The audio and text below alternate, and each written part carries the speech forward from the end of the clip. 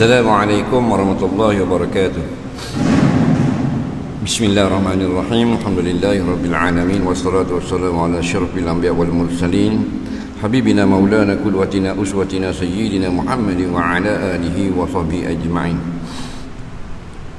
Amma ba'du, yang kita muliakan saudara pengurusi majlis kita pada pagi ini, seterusnya seluruh sah kepimpinan ahli jawatan kuasa masjid pada Mengkuang Bukit Payung, para imam, para bilal, hadirin hadirat terutama Allah sekalian, kita panjatkan syukur kepada Allah Subhanahu wa taala dengan limpah kurnia kita dapat berkumpul pada pagi ini. Mudah-mudahan diberkati, mudah-mudahan dirahmati. Semoga apa yang kita lakukan ini terhitung sebagai amal soleh yang akan memberi keuntungan bagi kita dalam hidup di dunia, insya-Allah menjadi saham akhirat pada hari kita bertemu dengan Allah di yaumul mahsyar nanti. Jadi slot kita pada kuliah duha pagi ini ialah menjawab persoalan-persoalan agama. Soalan yang ada di atas meja saya ini ada lebih kurang dalam 60 atau 70 soalan. Jadi kita terus kepada soalan yang pertama. Apakah hukum kita bela binatang seperti lembu dan kita biarkan lepas? Adakah tuan kebun kena pagar tanaman untuk elok lembu kita masuk makan? Baik. Apakah hukum bela lembu patut lepas? Jawabnya, hukum bela lembu ni harus. Siapa pun boleh bela. Dia ada piti nak beli lembu, nak bela lah. Nak bela ayam boleh. Jadi bela ternakan ini boleh. Sejak dari zaman Nabi-Nabi dulu lagi boleh bela binatang. Soalan seterusnya, apakah hukum bila kita bela lembu kita lepas? Hukumnya harus juga. Mana orang bela lembu tak wajib kurung, orang bela kambing tak wajib kurung, kalau bela ayam tak wajib kurung. Yang ketiga pula, bila kita lepas dia makan harta benda orang, wajib kurung. Situ baru wajib kurung. Bukan bila bela je wajib kurung. Bila wajib kurung, kalau lepas dia akan makan, merosakkan harta benda orang, maka barulah jadi wajib kurung. Datang perintah wajib itu selepas mana lembu kita ini makan hak orang, atau pada adatnya kalau lepas memang makan perangai dia lagu tu.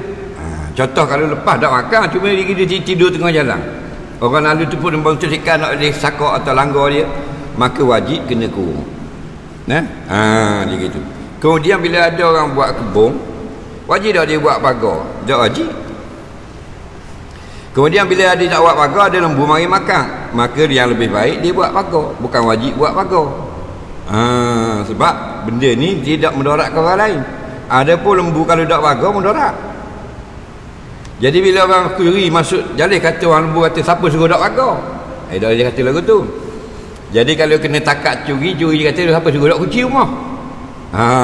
Jadi menang orang curi pasal tak kunci. Tak, salah orang curi juga. Jadi kalau dah memudaratkan, kena kurung dalam kandang. Kalau tak mau kurung, buah tuang dia dalam kandang. Dan kalau makan hukumnya, kalau tuang dia minta gati, wajib kena gati. Contohnya dia makan pohon orang habis 50 riyal harga, hak rugi, maka tuan lembu wajib kena gati 50 riyal. Kalau tidak gati jadi hutang, tak bayar juga, mati tuan lembu tu, maka tak boleh bagi saka, kena bayar dulu hutang hak tuan kebun itu 50 riyal. Sebab sebelum nak sah bagi saka, kena bayar hutang mak Allah, yang kedua hutang manusia. Termasuk hutang manusia, lembu dia itu makan kebun orang harga 50 riyal rugi. Tu dia kait asal lembu siapa dak sah bagi saka. Soalan seterusnya, kita nak nikah seorang lagi, awak buat dah. Kemampuan kewangan tidaklah mampu, tapi calon isteri sudah bagi tahu, tak kisahlah saya bagi belanja atau tidak, penting ada orang sanggup jaga dia. Adakah saya berdosa jika saya tidak bagi nafkah bila nikah nanti? Dia masalah nafkah kena faham, dia lain dari mas kahwin. Ada dua perkara yang wajib nisbah harta bila kita menikah. Yang pertama namanya mas kahwin, yang kedua namanya nafkah. Bila mas kahwin wajib? Lepas jawab nikah. Aku terimalah nikahnya dengan mas kahwin yang tersebut itu, wajib bayar mas kahwin. Banyak mana? Banyak hak mu setuju dah. Setuju dah peloya, wajib bayar peloya. Setuju sejuta, wajib bayar sejuta. Dan nafkah dah wajib. Nampak? Kita nak pecah biar faham. Bila wajib nafkah? Bila duduk bersama. Hari ni nikah, hari ni hari Khamis. Bila nak duduk sama, Khamis depan. Kami depan wajib bayar nafkah. Faham lagi? Baik. Bila wajib bayar nafkah, wajib sekali ke? Tak. Wajib semua. Bila nafkah hayah. Maksudnya belanja hidup. Belanja hidup ni hari-hari binimu hidup, hari-hari bini aku hidup, hari-hari kena bayar. Cuma diringankan syarat, mu nak bayar sebulan sekali boleh nafkah, nak uji seminggu sekali boleh, nak uji sehari sekali boleh, atau sehari 2 kali pun boleh. Asal beri. Faham lagi? Siapa yang boleh kata tak wajib bayar? Tuan badang saja boleh halalkan. Bini kata ginilah, saya halal lah bagi anak nafkah setakat ni, untuk masa ni abang tak bayar berilah. Pasal piti saya besar banyak dah. Nampak tak? Obotan saya besar pada gaji abang ni. Dah lelaki dia 800 gaji, bini 18,000. Baru bini kata halal, barulah gugur. Yang kedua gugur nafkah ketika nusyus, ketika derhaka. Jadi masalah bini dua, bini seorang, bini ramai tak ada kaitan. Bila seorang saja suami, seorang saja isteri tidak berpoligami, isteri kata tidak payah beri nafkah bulan-bulan, maka gugur. Faham lagi? Bila suami tak beri, tidak berdosa. Asal wajib kena beri, tak beri berdosa. Tiba-tiba isteri yang kata saya gugurkan hak nafkah saya. Tu kalau bahasa kita. Kalau bahasa kampung, saya berilah belanja kita bulan-bulan, sah dah. Faham? Bukan kait dengan nak kahwin amalkan itu, tidak. Walaupun suami dia tidak berpoligami, seorang je bini, tapi dah bini tengok dah siang ke laki, dah lah gaji kecek, nak kerja hok pula. Bini orang ada duit dah, tak payah beri belanja saya, maka gugur. Tak boleh orang kata haram lah, tak boleh dah. Tuang punya badang boleh gugur. Faham lagi? Tanpa paksaan. Soalan seterusnya, keliru dengan aturan haid yang tidak menentu. Kadang dia mari 11 hari, lepas tu berhenti. Suci 8 hari, dia mari pula. Kadang tu sehari saja, lepas tu esoknya suci pula. Adakah haid tak yang sehari itu dikira haid atau istihadah? Baik, ini muslimat. Lelaki wajib tahu kau. Dia orang lelaki, dia wajib belajar ada 8 perkara keluar daripada farak perempuan sebelum dia nak bini. Kita dah tengok muka main nikah tak tahu ke benda. Dia antaranya 8 perkara itu darah haid, antaranya darah istihad Allah. Sebab tu suruh mengaji. Jadi perempuan ini haidnya tidak menentu. Maksudnya dia contoh, kadang-kadang keluar 8 hari, berhenti sehari, keluar balik 4 hari. Kadang-kadang keluar 5 hari, berhenti sehari, keluar balik 3 hari. Kadang-kadang keluar 10 hari, rehat sehari, hari 12 keluar pula sehari. Faham lagi ya? Jadi biasa haid orang lain keluar 6 hari, lepas tu berhenti tak ada, bulan depan pula. Keluar 7 hari, selesai, bulan depan pula. Hak ni dia mari balik, dia ada rehat sehari, ada cuti umum sehari. Contoh kita buat mudah, buat supaya mudah takak dengan kepala otak. Hari ke-7 berhenti, hari ke-7 berhenti, hari ke-8 tak ada lah, hari ke-9 ada pula. Setelah keluar 7 hari, rehat sehari, hari ke-8, hari ke-9 keluar pula. Nak faham tu? Jadi ada 2 darah dah situ. Hak pertama patut rehat sehari. Hak kedua, jadi guan ni hukum dia tanya hak sehari hak rehat tu dengar molek, patut ajar orang lain pula. Hak sehari hak rehat tu kena tengok pula hak yang kedua tu. Hak kedua tu keluar sikit ke siapa sehari semalam. Kalau lah tak siapa sehari semalam, contoh hari 7 keluar darah macam biasa, hari ke-8 kosong dah, hari 9 main letih 2 titik, maka hukumnya haidnya 7 hari sahaja. Faham lagi? Ingat tak? 7 hari saja. Nah, itu mainan saja. Nah, tetapi kalau hari ke-8, hari ke-9 itu sehari semalam, maka hari yang rehat itu adalah 2 kaul. Tak kira lah hari darah kedua tu keluar sehari saja, atau 2 hari, atau 5 hari. Contoh, 7 hari keluar darah, 3 hari tak keluar darah, 8, 9, 10 tak ada darah, 11, 12, 13, 14 ada pula. Maka hak celah tu 2 pendapat. Pendapat yang pertama, haid, cuma darah tak lebih, maka kelakuan perbuatan macam orang haid. Faham? Tak semayang, tak puasa, faham lagi? Darah tak ada. Pendapat yang kedua, suci antara haid, iaitu nak semayang boleh, kena mandi apa semua. Faham lagi? Dua-dua ni mazhab Syafi'i. Nak ikut mana selah lagi tu belaka. Mudah bagi kita. Jenis malas semayang, ambil kaul pertama. Nampak tak? Masa suci tu, bersih tu dikira haid lagi. Habis. Soalan seterusnya, lepas jimat dengan suami saya mandi sekitar 1 jam lepas berehat. Lepas mandi ada keluar cairan pada kemaluan saya, adakah kena mandi semula? Baik. Biarlah dia nak tanya. Kalau kita nak tanya malu, betul tak? Kalau kita buat nak tanya soalan, kena buat gambar. Oh jeng nak tanya. Jadi tolong tanya. Dia lepas bersama suami dia orang ni, kemudian lepas 2 jam 3 jam rehat, dia pergi mandi. Bila mandi keluar cairan. Jadi soalannya patutnya gini, cairan apakah itu? Nampak? Nak terang. Sepatutnya diberi ciri-ciri cairan. Orang yang bertanya pun kena terang juga. Jadi kalau kabel lepas jam keluar cairan itu banyak benda tubik. Lain mau ambil gambar tunjuk kat aku. Jadi boleh jadi air kecil, boleh jadi air putihan, boleh jadi air mazi, boleh jadi belaka. Cuma golek soalan ini, dia jawab dah dalam kitab-kitab fiqh. Hak keluar mula kalau cairan ialah mani suaminya. Faham tak lagi? Hukumnya tidak wajib mandi. Wajib wudu kalau sudah mandi dah. Dan ni tak mandi lagi, tak ada masalah lah. Mandi sekali saja. Faham? Hukumnya sesah masalah. Goleknya mani suami. Soalan seterusnya, adakah baca Quran dalam solat dikira pahala 1 huruf 10 pahala juga? Masalah baca Quran pula. Dia dengar dalam hadis kata 1 huruf 10 pahala. Dah kalau kita baca Quran dalam semayang, adakah 1 huruf 10 pahala juga? Terjawab pagi ni. Nampak? Dalam satu hadis lebih kurang gini Nabi kata, man qara'a harfan min kitabillah. Nampak?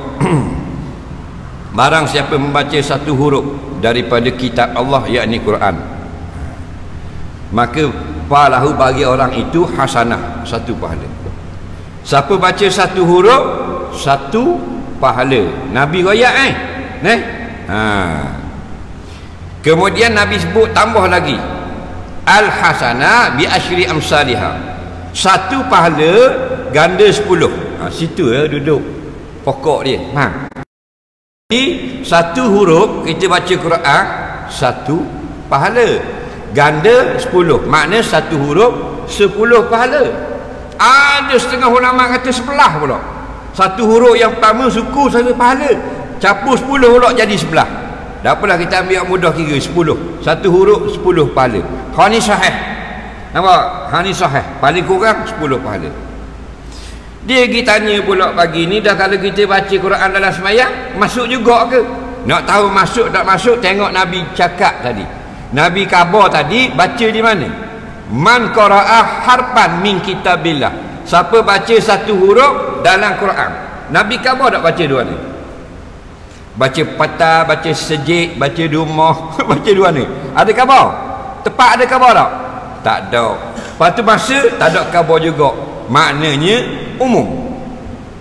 Di mana saja tepat membaca Quran, selagi tepat itu tidak ada larangan baca Quran macam dalam jambang, maka masuk dalam hadis ini 1 huruf 10 pahala. Termasuk tak dalam semayang?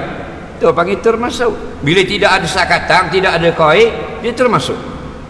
Batu untung orang semayang. Pernah ditanya kepada Imam Nawawi rahimahullah taala, baca Quran ini afdal, ya, di mana tepat paling afdal? Jawab Imam Nawawi, dalam semayang. Nah, baca Quran afdal, baca dalam semayang pula, ibadat yang paling besar dalam Islam. Oh, lagi power. Nah, dia tutup imam dia baca Fatihah. Nah, dia baca Fatihah tu berapa pahala tu? Tu imam baca. Nah, Fatihah berapa huruf ada? 156 kali 10 1560. Fatihah aja dah kalau 4 rakaat mayang lohor beribu-ribu boleh. Gaji kita boleh tak 1000 sehari? Siapa sini gaji 1000 sehari? Nampak tak? Nak boleh 800 tu baik tahi. Nah, sebulan. Nah, sekali Fatihah 1560 pahala. Nah, dah masuk lagi surah. Tu untung. Jadi kalau malah-malah sangat tu imam jenis malah sangat, baca 1 huruf sudah. Nah, nun Allahu Akbar.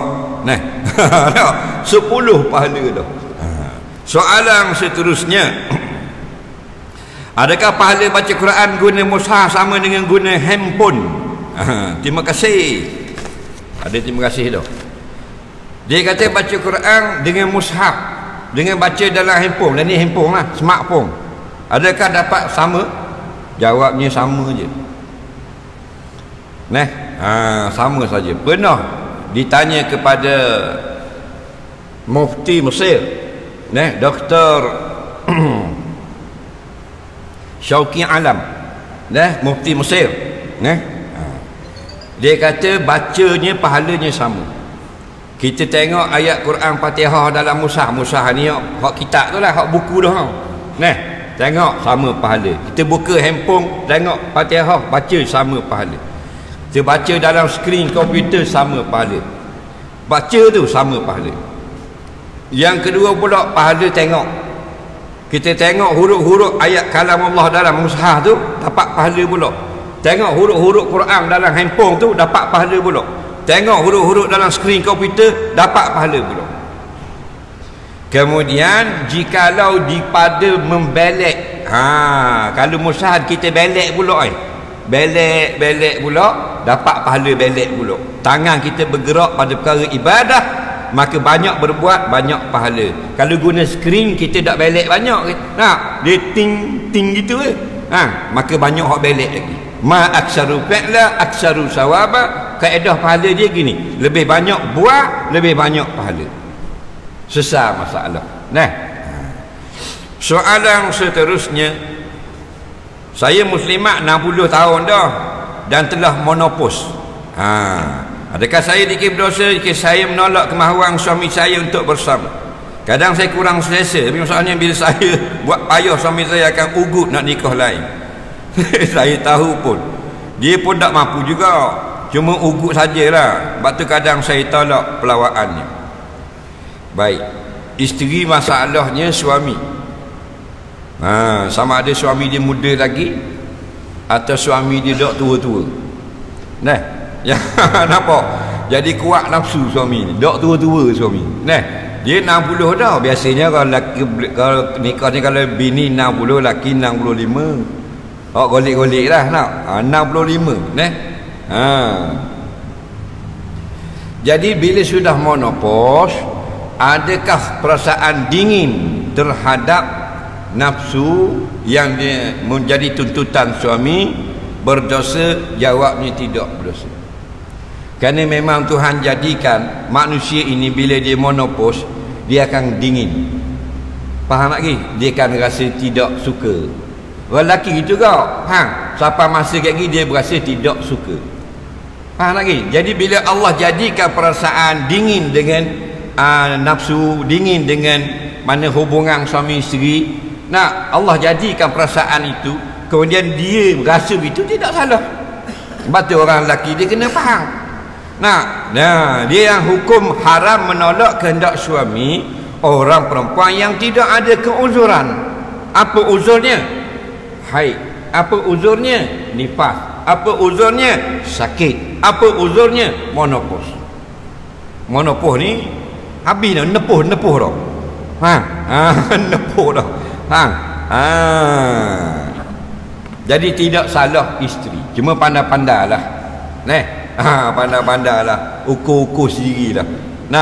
Tapi kalau lelaki kena faham, bini mu nepuh dah, mu nak tebang mak benda lagi. Lepas tu nak ugu, nak nikah, naik tangga 2 langkah pun berhenti napah. Nak nikah pula.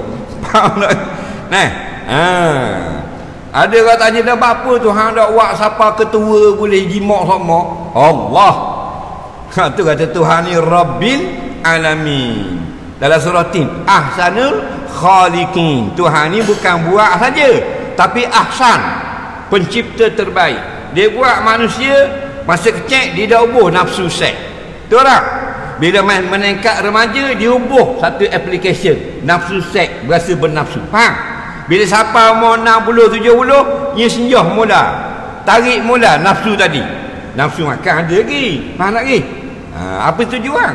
Kalau Tuhan buat boleh jimak sama apa ketua, tak ada orang mari sejik. Tengok ni mana-mana tua-tua mari sejik kan? Apa? Dah nepuh dah. Lagi. Kalau boleh pakai lagi dia kata tua lagi sejik. Duduk di rumah dah tu beli rumah.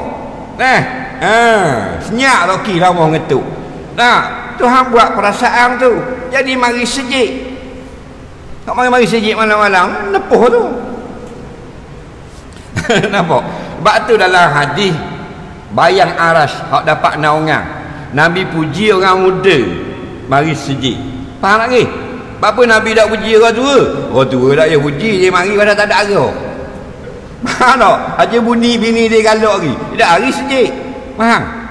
Dia orang muda pun tengah seronok tengah apa, mari sejik dah. Itu dapat bayangan aras. Soalan seterusnya.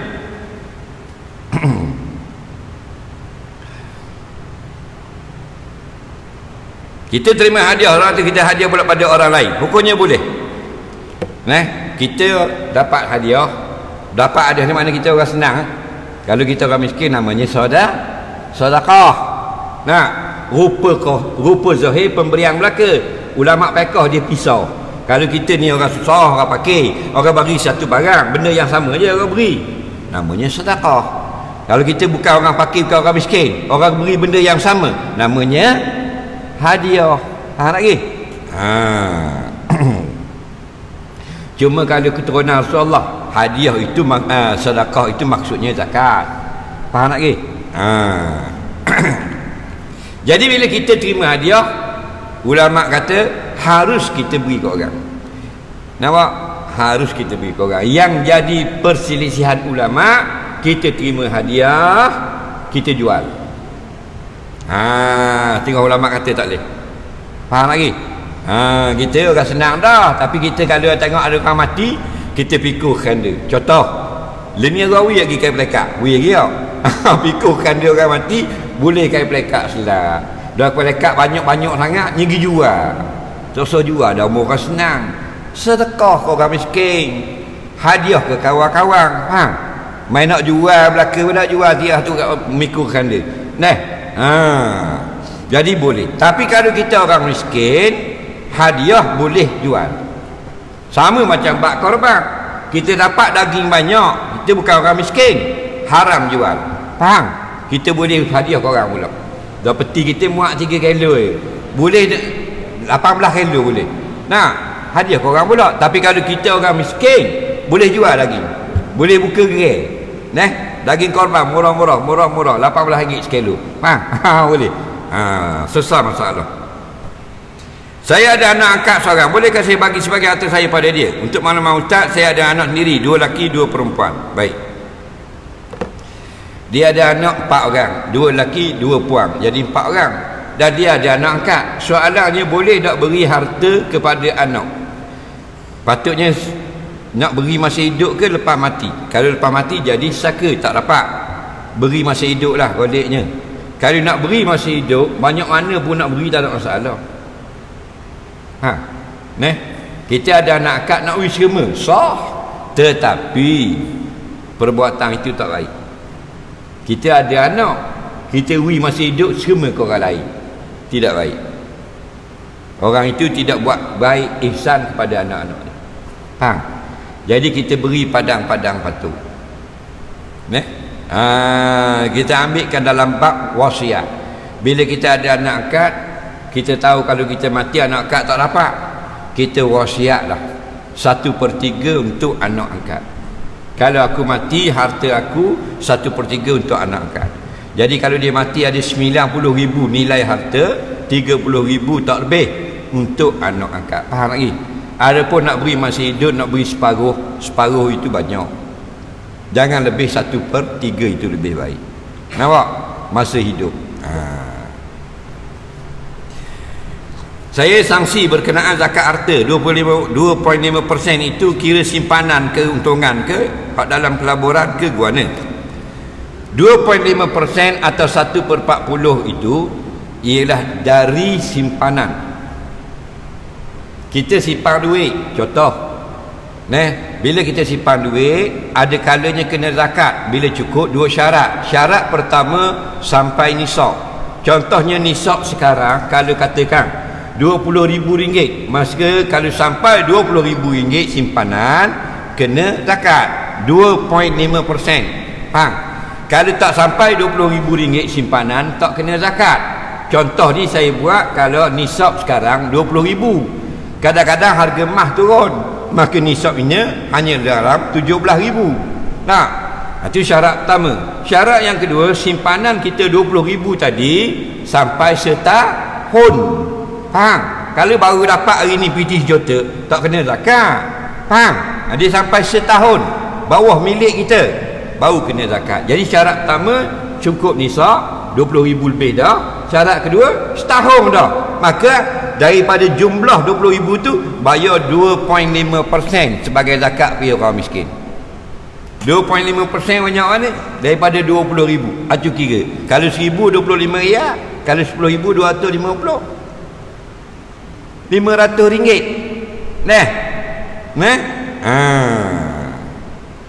RM1,000 RM25. Kalau RM10,000 RM250. Dah kalau RM20,000 RM500, takkan jadi RM500,500. Jadi tu point dia kata, duit RM1,000,000 simpan, banyak mana zakat? 2.5% kau. Dah banyak mana? RM25,000.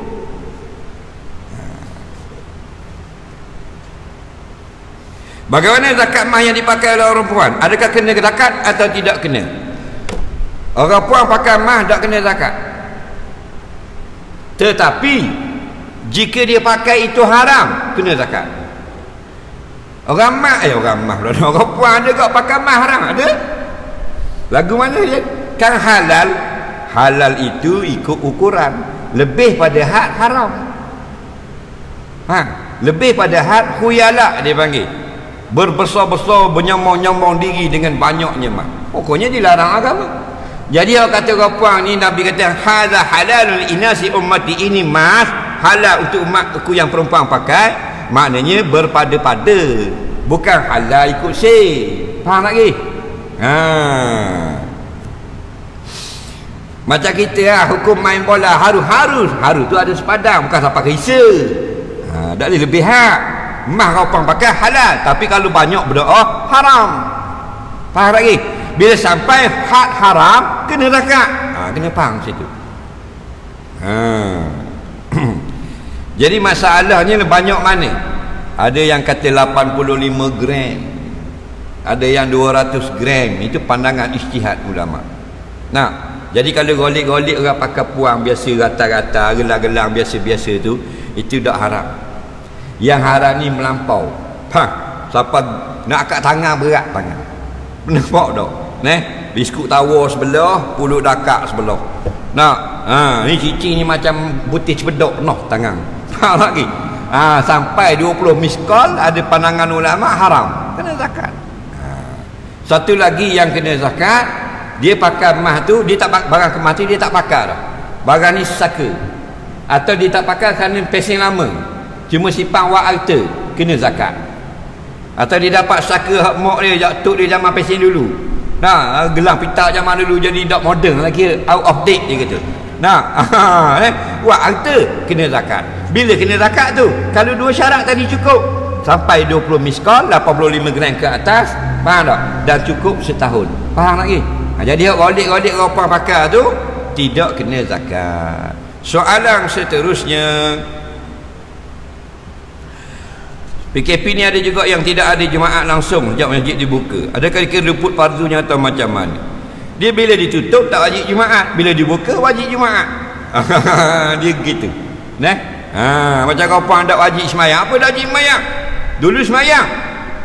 Ni tak wajib. Tak. Minggu ni tak wajib. Tak. Apa? Hai. Tu nak. Lepas tu tak wajib sama lepas mati. Hai. Witi darah lagi. Wajib pula. Habis PKP wajib pula. Dia gitu. Soalan seterusnya, isteri kerja ada gaji sendiri, sepanjang kahwin suami tak pernah bagi duit pada isteri, lalu isteri rasa tawar hati pada suami, maka dia minta pasah, akhirnya mereka bercerai. Apakah isteri berdosa kerana minta pasah di atas sebab tersebut? Baik, pendek cerita, isteri minta cerai. Mana-mana perempuan isteri yang minta cerai tanpa kejahatan sebarang uzur atau kejahatan daripada pihak suami, tidak dapat masuk syurga. Dosa kata masuk, cium pun tak dapat. Biar mu pakai nikah ke, mu pakai baju serebeh pun, faham? Kerana Nabi bubuh jelas dah. Ayyuma mra'atin sa'alat talaqan min zawjiha bi ghairi ba'sin, mana-mana isteri yang minta cerai akan suaminya, nampak tak? Tanpa kejahatan, tanpa ada benda salah. Faham lagi? Maka faharamun alaiha rahitul jannah, Allah haramkan isteri ini cium bau syurga. Bila? Akhirat, bila-bila. Apa makna haram cium bau syurga? Makna masuk neraka. Faham lagi? Akhirat dua je. Disebut Aisyah binti Draman masuk syurga. Baik. Kalau kata Ani binti Musa tak masuk syurga, apa maksud dia? Masuk no, belah no, go to hell. Faham lagi? Sebab ayat Quran kata fariqum fil jannah wa fariqum fis sa'ir. Ingat ayat tu, akhirat dua je, tak ada cabang. Satu kumpulan syurga, satu kumpulan neraka. Bukan kata Minah binti Musa tak masuk syurga. Dah kira tak masuk syurga, balik semula pada kuang. Tu kuang dah. Leknu mai, leknu. Tahu dah. Dia tak ada balik dah. Dia kena jaga, jangan ada barang-barang minta cerai. Nak? Dan ni dia bangga minta cerai dengan laki dia. Tiap tulis dalam Facebook ni. Dak ketek laki aku minta cerai ni. Aduh, kawan dia like ada 15 orang like. Faham tak?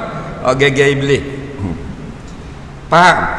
Melainkan ada sebab yang dibenarkan syarak. Sebab itu biasanya 5 perkara. Biasanya 5 perkara. Bila minta cerai tidak haram. Okey? Dengar molek, share dengan orang lain. Yang pertama, suami tidak beri nafkah.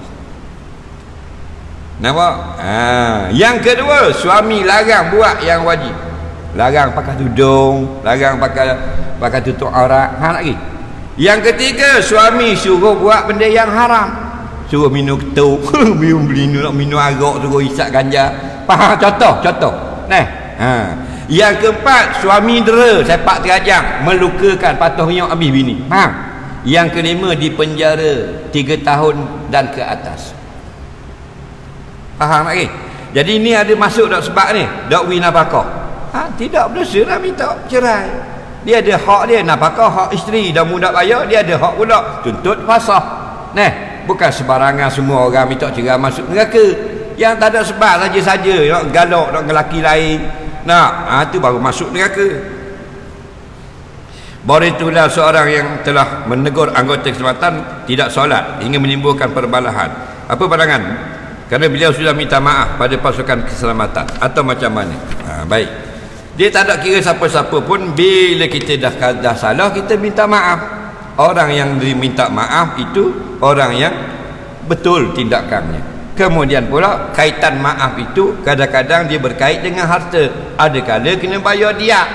Dia salah bawa motor, bapa langgar anak orang, patah kaki anak orang. Minta maaf saja tak ada dalam Islam, bayar dia.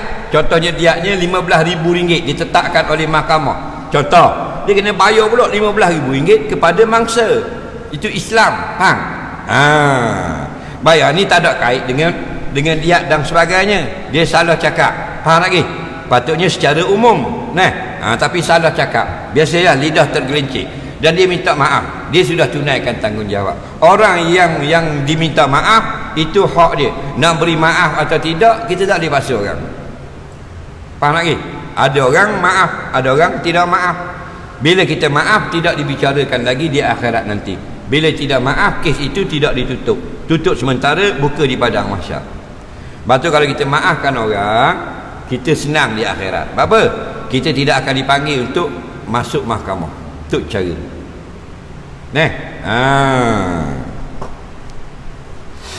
Jadi dia sudah minta maaf, dia lakukan tugas dia. Pihak keselamatan pun lakukan tugasnya, hapuskanlah judi.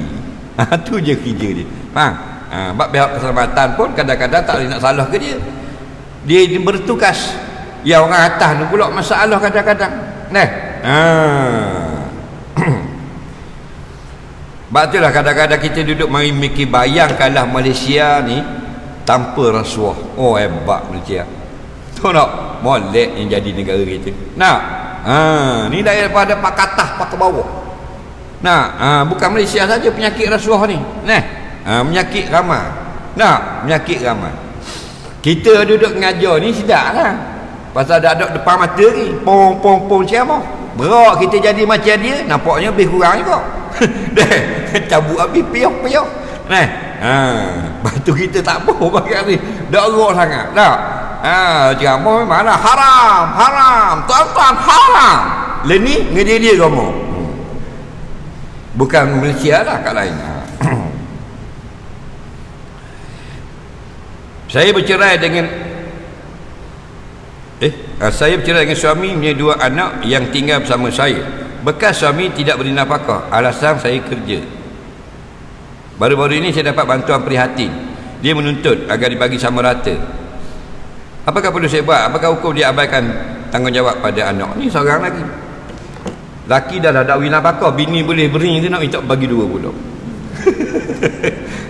Salah siapa? Salah isteri. Buat apa? Apa mungkin nikah dengan dia? Tak pakai orang lagi ni. Betul tak? Nak nikah caranya biar puas hati orang baik. Baru nikah.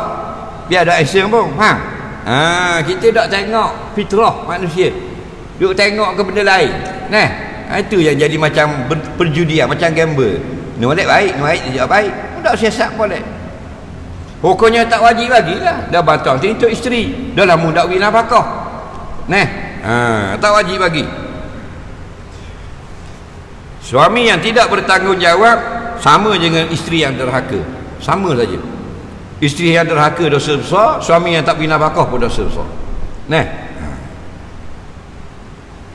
Adakah COVID-19 ini merupakan bala daripada Allah? Kita lihat negara Islam makin kurang terkena penyakit ini. Negara Islam yang miskin. Apakah hikmah di sebalik penyakit ini? Bila sebut bala, itu bahasa Arab. Lam alif hamzah, balaun. Bala ini ada 2 makna. Makna yang besar, makna umum, ujian. Tapi kalau kena kepada orang yang Tuhan benci, maknanya azab. Jadi kalau Allah beri bala, memang maknanya ujian. Allah uji manusia ini. Nampak? Allah uji. Linabluwakum ayyukum ahsanu amala. Sengaja kami turunkan ujian supaya bila kami kami dapat tahu, kami buktikan mana yang lebih baik amalnya. Jadi kalau orang beriman, orang soleh, Allah balakan, maksudnya Allah uji. Maka dapat pahala. Tapi kalau orang itu musuh Allah, orang itu orang yang fasik, orang itu orang zalim, orang yang jahat, turun bala. Orang kafir, bala juga, ujian juga. Mana Allah azab. Faham tak ni? Allah azabkan dia. Jadi Covid ini orang semayang 5 waktu pun kena, nak meninggal dunia. Togok arak pun kena juga. Sama-sama Covid, sama-sama virus yang sama, sama-sama meninggal dunia, mati. Maka yang beriman itu Allah uji dia, untuk Allah beri dia kafarah dosa dan sebagainya. Ada pun yang orang yang minum arak tadi, Covid-19 membunuh dia, Allah azabkan dia dengan penyakit. Itu beza. Nah, jadi kita tak usah balah lah. Ni kata malah petaka, ni kata macam-macam lah.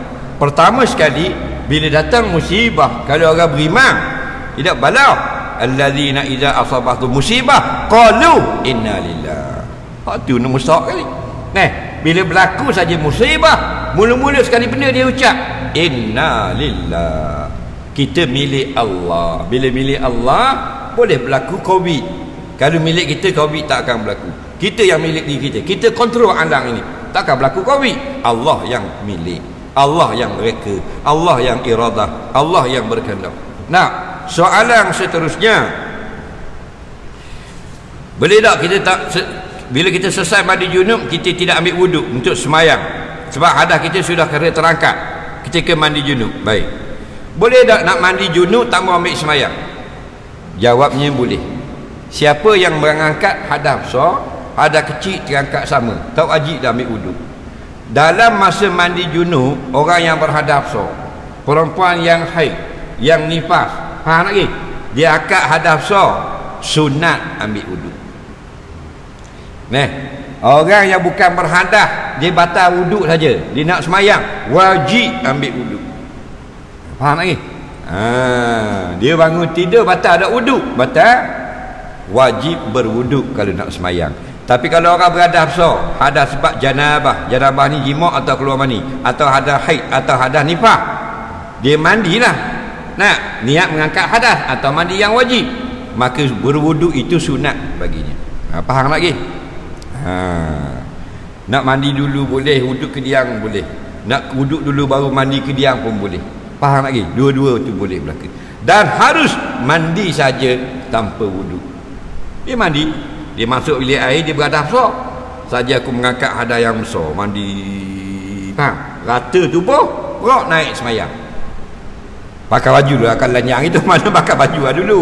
Tak, hukumnya sah, tapi sunat kita berwuduk kerana meniru perbuatan Nabi SAW. Nabi dia buat dua-dua, mandi dan wuduk. Cuma sunnah Nabi wuduk dulu baru mandi. Kalau berhadas besar, sunnah Melayu mandi dulu baru wuduk, boleh juga, tak ada masalah. Soalan seterusnya, seorang perempuan telah menunaikan tanggungjawab sebagai isteri dan ibu tapi tidak mahu mengambil berat tentang masyarakat sekeliling. Adakah mereka berdosa? Orang puang dia buat belaka dah tugas masak begitu begini, jaga anak, jaga suaminya, cuma dia tidak mahu ambil tahu hal masyarakat sekeliling. Dia gini, kalau orang laki-laki dia kena tahu hal masyarakat, orang perempuan pun kena tahu juga, tapi sempadan lelaki itu lebih luas. Sepadan kalau kita jadi orang beriman dalam negara Malaysia ni, apa yang berlaku dalam Malaysia kita kena ambil tahu juga. Kerana ada hadis man lam yahtam bi umuril muslimin falaysa minhum. Tidak molek kita sebagai orang Islam tak mau cara apa yang berlaku pada orang lain. Itu untuk orang laki-laki. Adapun untuk perempuan, dia kena tahu juga hal-hal jiran yang berdekatan. Bukan satu Terengganu, jiran-jiran yang berdekatan dengannya. Setakat jiran saja. Kalau siapa jiran pun kita tak mau cara, tak boleh. Jiran pergi jalan dah ingat tutup pintu masuk ayam, kita tolong pergi tutup. Itu cara dia hidup berjiran. Ni dok tengok tu pantang muka biar pergi masuk ni. Lagi. Itu bukan yang diajar oleh Islam. Soalan seterusnya, berdosakah isteri tak pergi belajar pada ain kerana dilarang oleh suami? Isteri nak pergi belajar ilmu pada ain, suami larang, dosa atau tidak? Jawabnya begini, tengok dulu. Kalau suami dia sudah mengajar di dalam rumah ilmu pada ain, maka wajib nak keluar kena minta izin walaupun nak pergi kuliah.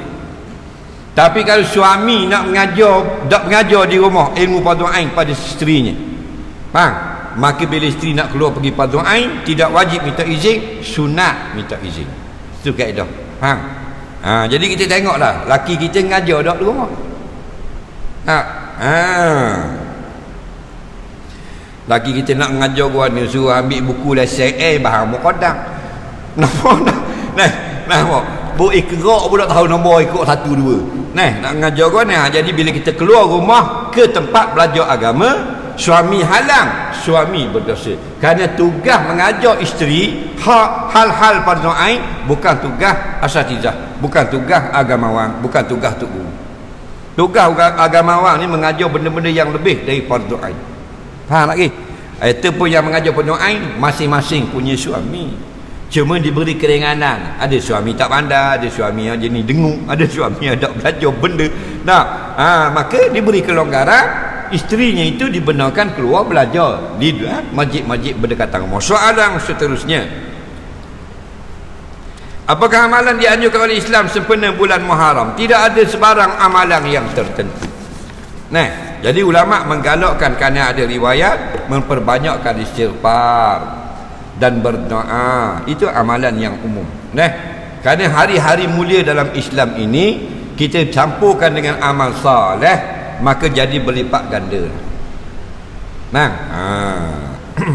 Soalan seterusnya, berdosa tak suami larang seorang isteri larang suami kahwin lebih dari satu sedangkan suaminya mampu? Pula dah cari pasal. Suami mampu kahwin yang kedua, isteri larang, berdosa atau tidak? Tengok jenis larangan tu macam mana. Kalau dia ambil laki dia kurung, dia rata bola guni, haram. Kalau maksud larang gitu. Atau dikurung kucing bitu lagi, itu haram. Tapi kalau larang tu asal nikah dah bang, awak tu betul lah pitih ada, tapi dah awak cetang, aku tahu aku bini mong, itu boleh. Kerana apa? Dia isteri lebih tahu pada orang lain. Dengan kawan-kawan dengan isteri mana lebih tahu hal kita? Isteri. Dengan jabat agama mahkamah syariah dengan bini kita mana lebih tahu? Bini kita lebih tahu. Sebab tu bini kena jujur, jangan pelawak. Jadi ginilah konsepnya, gini senang. Orang puang isteri dia tidak haram kalau dia beleber laki dia nak nikah lain. Tidak haram kalau dia marah, tak haram. Tidak haram kalau dia tidak suka. Faham tak? Kerana itu adalah fitrah manusia. Faham lagi? Yang haram ini dia marah hukum poligami tu. Sampai hukum Islam yang membenarkan poligami pun dia serang. Ada tak lagu ni? Ini dahsyat. Ini haram. Ni kalau dia beleber, dia marah, dia larang, tak salah pun. Kenapa? Kerana dia perempuan. Kalau kita jadi orang puang mana? Kalau kita jadi orang puang, laki kita nak bawa balik orang puang seorang lagi pula. Kita nak beleber tak? Kita nak beleber juga. Faham lagi? Ataupun kita suami, isteri kita nak balik boyfriend 2 malam. Contoh, kita suka tak? Maka andaikan kita isteri, begitulah perasaannya. Sebab tu bila kita nak berkahwin, kita minta izin dia, khabar ke dia. Faham lagi? Supaya jadi kebahagiaan itu bukan untuk dua kepala, kesemuanya. Soalan seterusnya, dan awak tak boleh marah, tunggu dia mati. Mati pun nikah kan mana pun tak gerak dah waktu lesang ni. Adakah kita turut berdosa jika jiran tak tutup aurat keluar rumah? Kita pernah menegur akan kesilapan mereka. Tidak tegur, baik. Jiran tak tutup aurat, kemang katung di pasar walang, beli buah labu. Faham lagi? Kita tengok mau lalu depan rumah kita, kita juga belah dia. Kita bakas gerbang. Nabi kata, man ra'a minkum munkara falyughayyir bi yadihi. Barang siapa tengok benda tak betul, maka dia wajib ubah kalau dia ada kuasa. Tangan ni makna kuasa. Maksudnya kalau anak kita ada kuasa, kita kena marah. Wajib marah, tak marah dosa. Pasal kita ayah ataupun suami. Fa ilam yastati', kita tak ada kuasa pabilisa ni. Kerana kita jirang saja, maka pabilisa ni dengan perkataan. Maka wajib tegur dengan perkataan. Sebab orang lain bukan jiran dia, kita jiran dia. Betul, kalau kita tidur 2 orang dalam hotel, kita bangun, dia tak bangun subuh, kita berdosa. Sebab tugas bangunkan dia untuk sembahyang subuh fardu ain kerana kita seorang. Tapi kalau tidur ramai, tidur kat dom, kat asrama, fardu kifayah. Seorang saja sudah memadai. Bukan bangun kat usung pun dalam air wuduk dah. Gerak suruh nyala mata. Nyala dah mata, tidur pula. Mu tanggung sendiri dah. Faham tak ke? Soalan seterusnya, bagaimana cara untuk menghindari pada sering mendapat bisikan menyuruh pada perkara yang tidak baik? Dia dapat bisikan suruh buat benda uduh. Jawabnya tidak ada benda kita boleh halang. Kerana bila kita dilahirkan, Nabi kata ada dua makhluk bersama kita. Satu namanya qarin, satu namanya mulhim. Qarin ini syaitan kafir, syaitan jin lah, yang akan suruh goda kita daripada kita sampai kita mati bila-bila untuk buat benda yang Tuhan marah. Dan ada satu lagi nama malaikat namanya mulhim, yang selalu suruh kita buat benda yang baik-baik. Duk saja risau kan, tu mulhim. Nampak tak? Datang ada surah apa? Kita tengok kawan kita nak masuklah kereta, beg pitih dia jatuh. Koring kata biar dia pergi lumbang nanti lagi. Tu koring. Nah, ambil lagi. Nah, mulhim kata tak baik orang, haram. Panggil dia, suruh dia mari ambil mulal. Telefon dia mulal. Tu contohlah, buat contoh. Kadang-kadang koring saja, kadang-kadang koring dengan mulhim. Nak, dia gitu ada. Kehidupan kita gitu. Yang tak ada hasutannya Nabi. Hal lain ada hasutan. Batu kita Allah berikan akal yang disalutkan dengan wahyu. Akal itu, otak ada dah. Mari dengar Quran, dengar hadis, dengar kalam ulama, supaya godaan-godaan qarin itu tidak berbekas pada hati kita. Nak sekat dia tak boleh, dah tugas dia. Dan orang ni Tuhan hati dah kerja dia. Pergi Jawa suruh duduk akak aku dah boleh. Soalan seterusnya. Sikit kita 10 tengok betul. 10 tengok. Ke 10. Ke 10. Baik, sebelum itu kita lancarkan kutipan dana bagi pembelian kapet Masjid Padang Mangkuang. Ia akan kita beli nanti. Kapet ya, dana yang sudah terkumpul lebih kurang RM38,000 daripada 60 yang diperlukan. Jadi saya mewakili pihak Masjid Padang Mangkuang melancarkan kutipan derma sumbangan ikhlas dari tuan-tuan dan puan untuk membeli kapet baru kita. Pada yang telah menderma, terima kasih banyak. Allah saja yang mampu membalas jasa sumbangan tuan-tuan dan puan. Sila gerakkan tong-tong yang berhampiran. Bukan kita nak 60,000 hari ni, RM10 pun tak apa dah. Dan bukan wajib, ini bukan zakat. Orang dah bagi derma dapat pahala, tak bagi tak dapat dosa. Dia gitu. Tapi mungkin kalau kita sedekah pada pagi ini, derma pada begini, ada sedekah kita yang terakhir. Balik lagi meninggal dunia, tak, sedekah terakhir. Buti ke 10? Tak apa, kan kena takak. Takak AJK ya. Kita tak akak.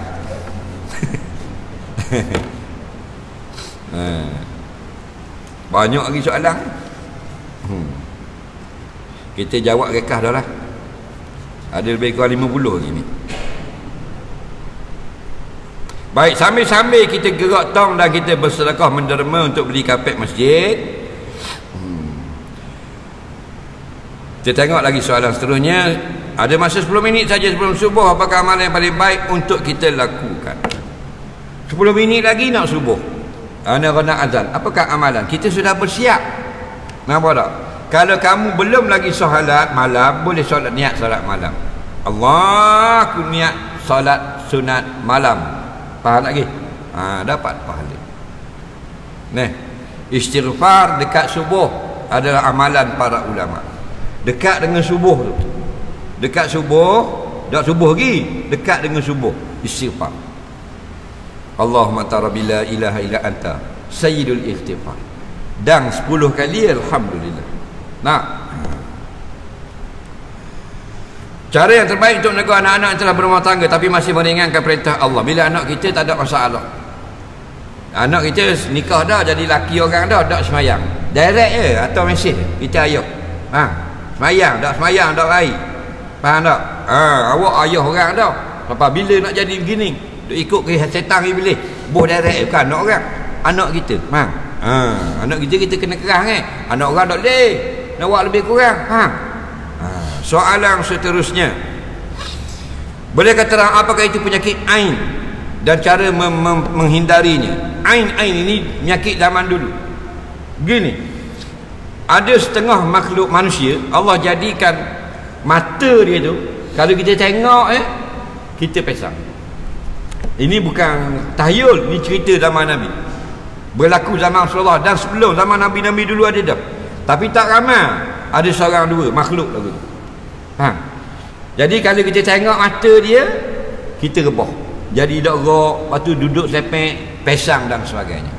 Itu orang panggil orang kena penyakit ain. Jadi dalam kitab-kitab hadis ada dah cara rawatannya. Mandikan orang yang mata bisa. Hak tuang hak mata bisa tu, pegang dia, mandi dia. Air dia tu bor dalam peseng.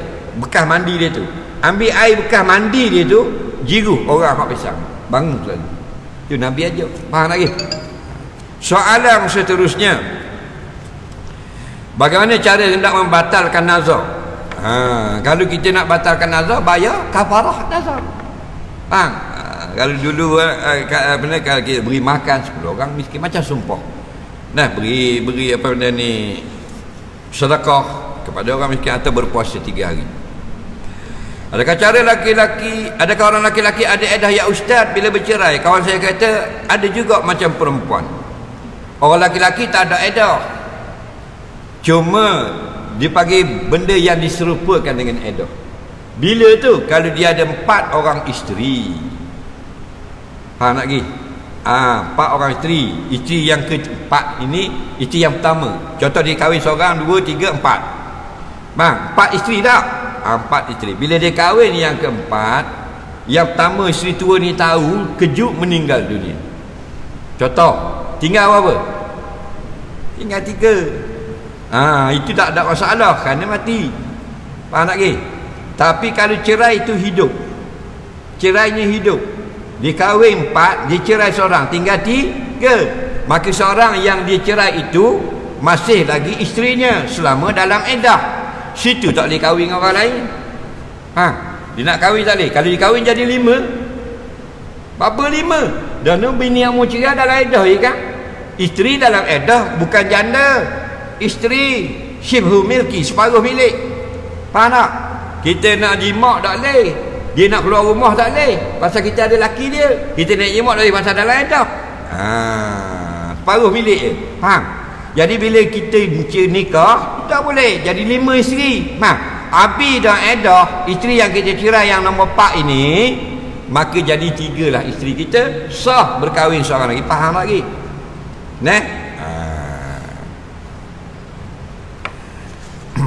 Atau yang diceraikan itu isteri seorang saja, tapi dia adalah mahram dengan bakal isteri yang kedua kita. Contoh, kita nikah dengan adik. Faham lagi? Bila cerai adik, nak nikah kakak tak boleh. Kalau isteri kita yang cerai dalam iddah. Kalau perempuan lain boleh. Kita nikah nak nikah orang ngada baru, orang pakit payung. Nak nikah dengan orang dia guling pula, ada masalah. Cerai ni nikah dengan guling, tak ada masalah. Cerai palahu, nikah pasal boleh. Tapi kalau yang kita cerai itu adik bagi bakal isteri tak boleh. Kerana dia mahram. Wa antajma'u bainal ukhtain, tak boleh kamu himpunkan 2 yang berhubungan darah jadi satu isteri kamu dua-dua orang, tak boleh. Hak mu cerai ni anak saudara. Masih dalam iddah mu nak nikah dengan mak saudara pula. Haram. Faham lagi ya? Kedak faham, buat duduk faham tak apa dah. Soalan seterusnya. Trend berbasikal sekarang sudah jadi kesukaan. Masalahnya segi pakaian, laki-laki terlalu ketat, nampak Angry Bird. Satu perkara lagi hingga mengganggu kenderaan lain. Mereka berkonvoi, ada menggunakan separuh dari jalan raya. Mohon nasihatkan mereka. Dari segi pakaian, orang laki-laki kalau pakai ketat di luar rumah makruh. Orang perempuan haram. Bila ni kata makruh haram ni? Kalau ada mata yang memandang. Tapi kalau duduk seorang Terengganu ni, dia seorang yang duduk di pagar habis padang Terengganu, duduk seorang ni, maka makruh telanjang buat ustaz. Makruh. Faham lagi tak haram. Kenapa? Terengganu duduk seorang. Tapi bila ada orang lain, haram. Pakai ketat perempuan haram. Tak usah kata pakai baju basikal. Pakai kain ketat mari sejik. Ada tak jenis jubah ketat? Jubah ikut body dia. Ada nolak bini ustaz. Nak wagan ni. Dia janji muslimah lagi. Tulis belakang pula busana muslimah made in Madinatul Munawwarah. Beres Madinah ni. Tak kira Madinah dah ketat lemak gitu. Haram. Apatah lagi kalau pakaian berbasikal. Jadi perempuan boleh naik basikal, kena pakai seluarnya longgar. Kemudian baju belakangnya tak boleh masuk dalam, jatuh melebihi punggung. Tak seronok memang. Dah mu nak seronok ke nak naik basikal nak peluh. Nak seronok masuk dalam. Faham lagi? Itu saja. Tapi kalau laki-laki sampai nampak kemaluan, haram. Yang kata makruh ulama kata bekak peha ketat, lutut ketat. Faham tak? Badannya ketat, makruh. Faham? Kalau dubik Angry Birds nampak terang, hak tu haram. Tu masalah aurat. Jadi kita tengok amalan ni ada tutup aurat. Mungkin tak tahu dan sebagainya. Orang muda-muda okey lagi tak pakai luar pendek. Hak tua, rambut putih tau. Angry Birds kok dia. Dia nak buat apa ni ke dia? Yang kedua pula naik basikal ikut sekali. Pasal apa? Pasal dia kira riyadhah. Kalau dah kita nak riyadhah ikut sunnah Nabi, jangan ganggu orang lain. Ad-dararu yuzal. Mudarat kau orang jangan. Islam ni la darara wala dirara. Tak boleh mudarat kau orang. Bawa macam biasa. Tak ada orang, ramai duduk tengah jalan. Kereta jalan kosong, highway tak ada dah. Tak orang tak lalu situ. Tak apa, duduk tengah. Ada kereta dia duduk tepi. Dak dia buat dak dia. Hukumnya haram. Bukan orang basikal saja, orang kereta gitu lah. Orang jenis slow duduk di kanan. Orang nak potong tak ni? Atau jalan tu speed. Main mesej pun semua. Itu haram lah, menyusahkan kan. Atas konsep la darara. Dalam Islam ad-dararu yuzalu. Benda mudarat macam ni elok tepi, buang tepi. Mana tak boleh jadi pengguna jalan raya. Soalan seterusnya,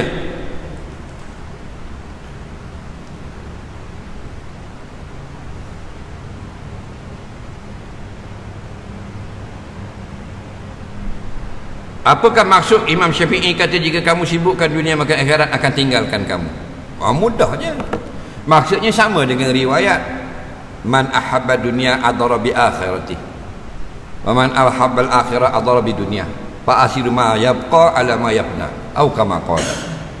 Siapa yang kasih pada akhirat, dunianya kurang. Siapa yang kasih pada dunia, akhiratnya kurang. Dia nak sama berat tak boleh.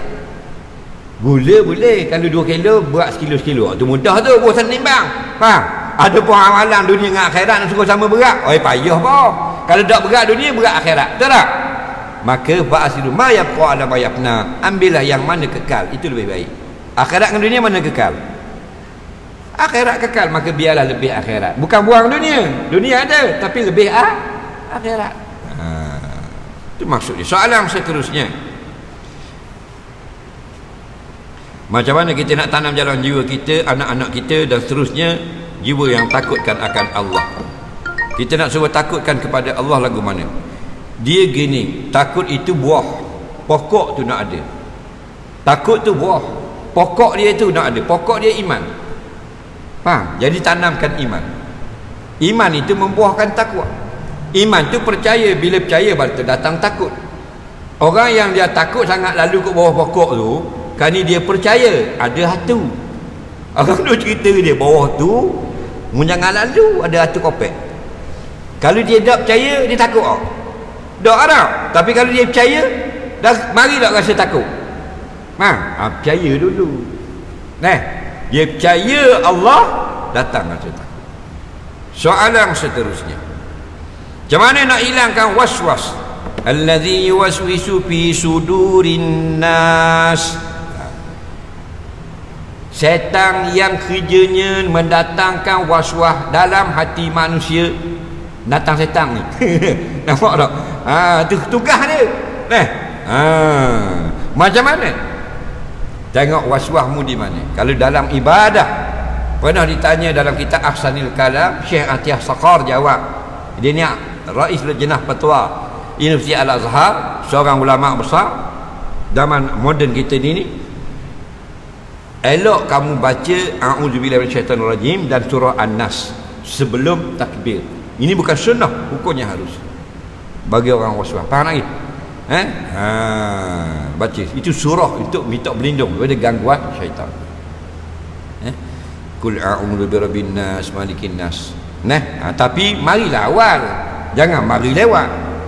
Ni mari lewat sama masuk tu imam rokok lah, Allahu Akbar, dia baru sapa qul a'udzu birabbin nas. Tu imam tu tunggu datang ni lambat tunggu. Aku tunggu ke dia. Masa-masa tenang.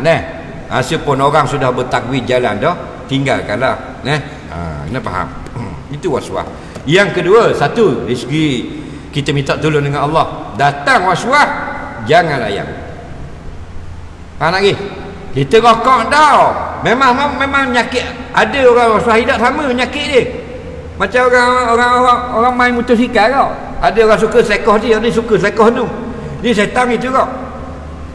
Ada orang kalau waswas, dia jenis dalam rokok. Masalah rokok mari. Ada orang lepas takbir. Dia banyak mazhab, waswas mazhab kau. Contoh, takbir mari. Membaca lagi Fatihah, dah baca lagi tu. Jangan layan. Faham lagi? Kita pergi layang tu, dah baca kedok lagi pulak. Aku dah kerja dah lah, bangun pulak. Pasal pergi layang. Tak layang pun dia mari. Kalau dia mari pulak, mu kata gini, mazhab aku dah baca Fatihah. Faham lagi? Memang dia tembaknya. Dia datang, aku dah jumpa lagi mazhab dah baca Fatihah. Nengung setan duduk biras sejid. Tak pakai orang ni, mazhab mana yang ikut. Faham? Tu cara dia. Mungkin layang apa. Kita pegang dah baca Fatihah. Aku dah baca Fatihah, dah sah dah aku. Faham? Dak andi unuk aku sah. Baru setan dah asu. Mu dak layang dia pala lengoh. Mana berarti faham Quran atau hafal Quran? Faham Quran.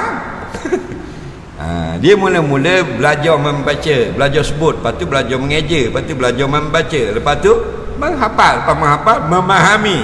Apa-apa tafsir. Kau tak pergi tafsir dulu. Baca dulu, hafal, lepas hafal, ni tafsir. Sarah dia. Tapi yang besar ialah memahami, kerana daripada faham itulah maka kita jadi dapat ikut hidayah Al-Quran. Baca sawabul qiraah dia panggil. Hafal dapat janji pahala yang banyak. Siapa hafal Quran, siapa baca Quran dapat pahala yang banyak. Siapa ikut petunjuk Al-Quran, Allah Rabbi, ini yang terbaik walaupun tidak hafal Quran. Nampak? Siapa harus mandikan jenazah laki-laki yang membuat mudahan menukar jantina sebaliknya. Dia laki-laki tukar jantina, biasa dia buat jadi puang lah. Jangan lelaki buat jadi lelaki pula. Jadi laki-laki buang Angry Bird, buang apa balik jadi puang. Puang buang apa balik, masuk Angry Bird jadi lelaki. Baik, dah kalau mati lagu mana kira? Siapa yang iktiraf dia? Allah jadikan dia laki-laki, kita hukum dia perempuan. Tak boleh. Allah jadikan laki-laki, kita kena iktiraf sebagai laki-laki, maka yang mandinya laki-laki. Faham lagi? Kalau yang mandinya perempuan, maka kita yang iktiraf dia menukar jantina. Ditukar tidak akan jadi perempuan. Faham? Tak akan jadi perempuan. Kereta klise dia buat jadi apa benda Mini Cooper. Memanglah rupa hawa-hawa dah. Tapi hukumnya kalau ada rasa bagi kat klise ke bagi kat Mini Cooper? Faham lagi? Kereta BLN nya. Tapi dia buat L tinggal BM. W belakang. Dia buat tayar besar sikit apa semua. Asal perotong BLN. Dia buh mana muka depan. Baik, kalau ada rosak gitu gini sebih pun bagi kat perotong ke kat BM? Gini kau orang ni kalau tukar jantina. Faham lagi? Buat guna pun mulaki. Pok loh mandi lagi. Soalan seterusnya. Kita ada masa 20 minit saja lagi. aktiviti 10.30 tak apalah, kena takat-takat semua. Nak nampak berdebar habis tau. Nak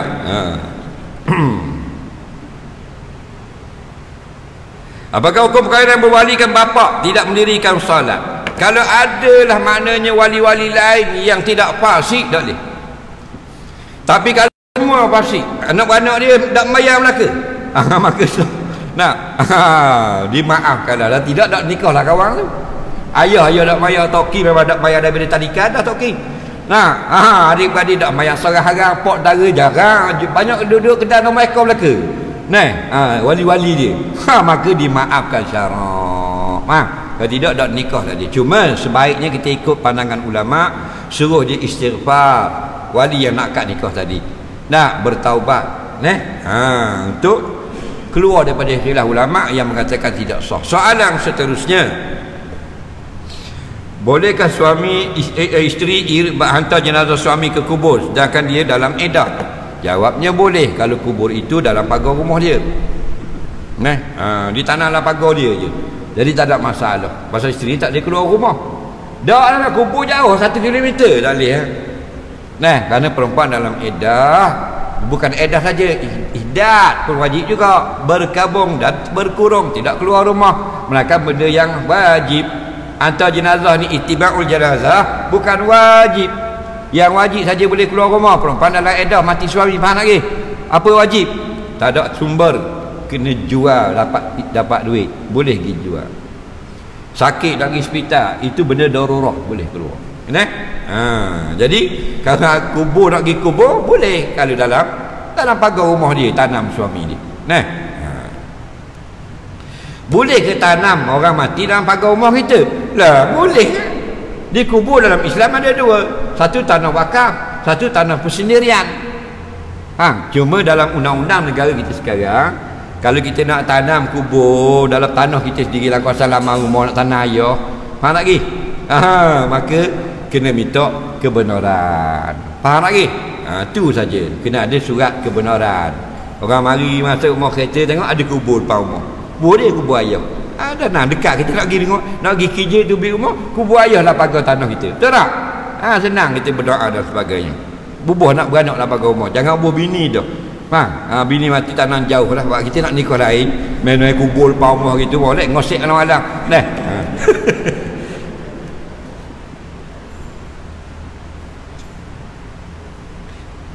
Doktor memasukkan jari dalam faraq untuk memeriksa jalan keluar bayi, batal atau tidak puasa dan kena mandi wajib tak? Kalau lebih pada had yang batin, masuk jari ke, masuk alat ke, masuk sepana hidup ke apa, hukumnya batal puasa. Tetapi tidak mandi wajib, tak kena mandi wajib. Masuk kabur dan mandi wajib, nanya tidak mandi wajib. Batal puasa. Suci haid pada hari Khamis dan ingin ganti puasa Ramadan lalu pada hari Jumaat, apakah saya wajibkan puasa dari Sabtu bagi membezakan puasa orang Yahudi? Ni ramai salah faham. Ada banyaklah internet ni, kalau kita puasa hari Jumaat saja haram, puasa Yahudi. Ini gambar geng-geng syekh netizen dia panggil. Salah lagi. Tok guru tak ada, tok guru dia Google. Tidak haram, makruh, bukan haram, makruh. Benda makruh, memilih sehari saja, itu makruh. Ada pun puasa itu sunat, boleh pahala. Tapi ambil senggal itu tidak buat dengan Khamis, tak buat dengan Sabtu, makruh. Faham lagi? Kerana Nabi suruh buat dua, kita pergi buat makruh, bukan haram. Dah puasa pada pagi pak petang mana pula? Menahan kerana Allah. Niat dia berpuasa untuk menahan diri kerana Allah, dapat pahala. Jadi betul balik mindset kita, bukan haram, makruh. Yang afdal Jumaat dengan Khamis atau Jumaat dengan Sabtu, Sabtu dengan Jumaat, jangan Sabtu saja. Tapi bukan haram. Jadi kalau kita puasa yang nazar kena hari Sabtu saja, tak ada masalah. Atau kita selang sehari kena ke giliran Sabtu, tak ada masalah. Yang kata makruh saja-saja dalam seminggu, banyak orang lain nak puasa, nak pilih hari Sabtu saja, pilihan kita itu makruh. Faham? Soalan seterusnya, sunat akikah anak laki-laki 2 ekor kambing. Bolehkah buat cara berasingan? Tahun ni seekor, tahun depan seekor? Boleh. Dia anak laki-laki, dengar baik-baik. Akikah ini hukumnya sunat, bukan wajib. Dah berapa ekor kambing? Orang laki-laki seekor kambing, anak perempuan pun seekor kambing. Kena ingat tu dulu, jangan pergi 2 lagi. Nah, berapa ekor kambing sunat akikah anak? Anak laki-laki seekor kambing, anak perempuan seekor kambing. Faham? Tetapi kalau anak laki-laki itu kita buat 2 ekor, afdal. Seekor sunat. Faham? 2 ekor afdal. Sunat berpahala, afdal lebih banyak pahala daripada hak sunat ni. Itu maksudnya. Okey. Dia nak buat 2 ekor gini, tak mau buat 2 ekor tahun ni sekaligus. Tahun ni nak buat seekor, tahun depan nak buat seekor lagi kambing. Boleh ke tidak? Boleh. Lagu mana? Tahun ni anak orang lain, tahun depan beranak lain pula. Jadi 2 ekor. Tu cara dia. Dah lah anak tula. Anak tula mazhab mana buat 2 kali? Dia akikah sekali, sekali beranak. Dia bukan korban. Datang Zulhijjah, datang sunat korban. Hari tahun depan sunat pula. Tahun depan tu sunat pula. Tapi kalau akikah sekali je, dengan lahir nyek tu bi anak. Nah, maka sunat akikah. Lepas tu dak sunat dah tahun depan dak dah. Jadi tahun depan membuat pula atas anak yang mau akikah dah tahun lepas jadi sedekah. Sama aja makan orang boleh pahala juga, tapi bukan namanya akikah. Okey? Soalan seterusnya. Bolehkah perempuan haid baca Quran dalam belajar pendidikan Islam? Boleh. Dia bukan baca Quran tu banyak. Dalam pendidikan Islam dia kena sebut ayat Quran. Guru dia tanya, nah, apakah dalil wajib puasa? Nampak dia pun baca ya ayyuhallazina amanu kutiba alaikumusiyam. Contoh, padahal dia haid. Niat zikir kata ulama. Jangan niat qiraah. Niat Quran sengaja niat nak membaca Quran. Itu dibolehkan. Soalan seterusnya. Peraih membeli buah yang belum masak di pokok dan akan ada buah yang gugur sebelum masak. Adakah sah jual beli tersebut? Kalau masih muda tak sah. Dia yang separuh muda separuh masak, itu sah. Nak tunggu masak betul masalah. Sebab tu tak benar jual ikan dalam laut. Dah jual ikan dalam sungai. Dia kata ikan saya ada 2 ekor nak jual ikan kat hotel lah sungai ni. Awak takak tu kalau sekilo saya. Tak sah gitu. Dia kena dalam kolam, cek kolam besar tak sah. Kolam dia besar 100 meter tak sah. Faham lagi? Pasal payah nak tahu. Kolam ni kecil 2 lepa sah. Faham? Begitu juga. Baik, katakanlah dia beli juga. Kena tu tak cukup, kena ganti. Sama macam orang jual deriang. Kita pergi beli deriang, dia ni tengok isi kuning ni. Boh 5 teh, berapa 5 teh? 100.5. Balik makan keras Melaka. Tuan deriang wajib kena ganti. Tak ganti berdosa. Faham lagi? Dah tuan deriang lain ni ganti tak? Dah makan haram. Nah.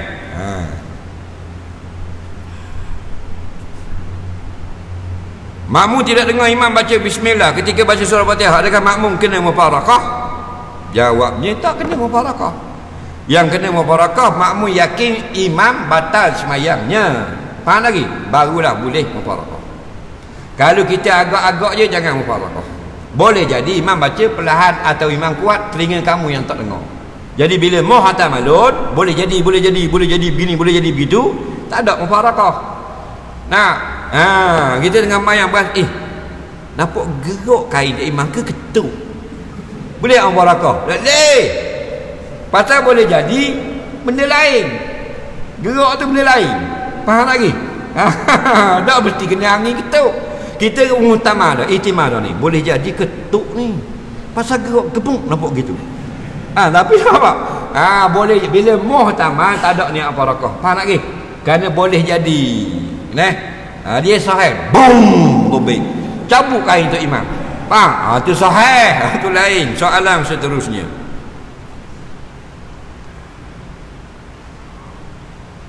Adakah terjejas pahala jemaah bersama saf dewasa ada kanak-kanak belum balik? Kalau letak kat belakang bimbang kena colek.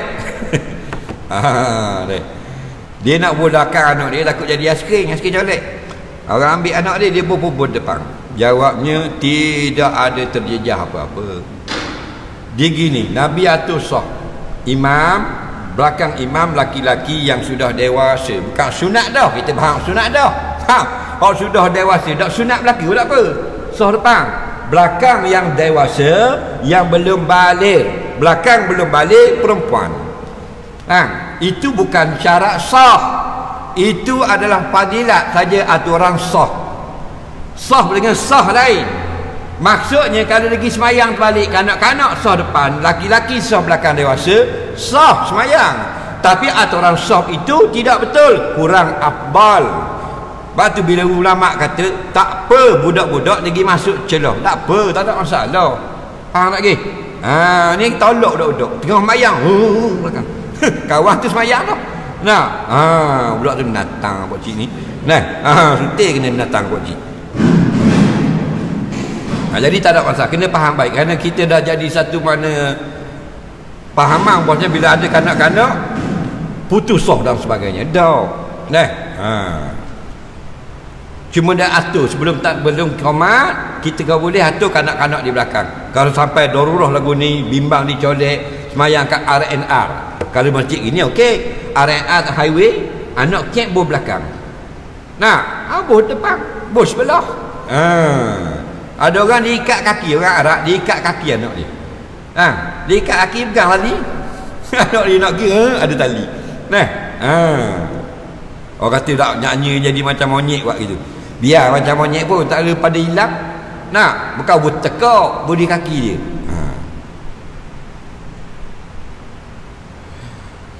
Seorang ibu solat bersama anak laki-laki umur 9 tahun. Siapa yang lebih afdal menjadi imam? Anak dia laki-laki, anaknya jadi imam. Ibu dia jadi imam tak sah, mereka anaknya belum memayis.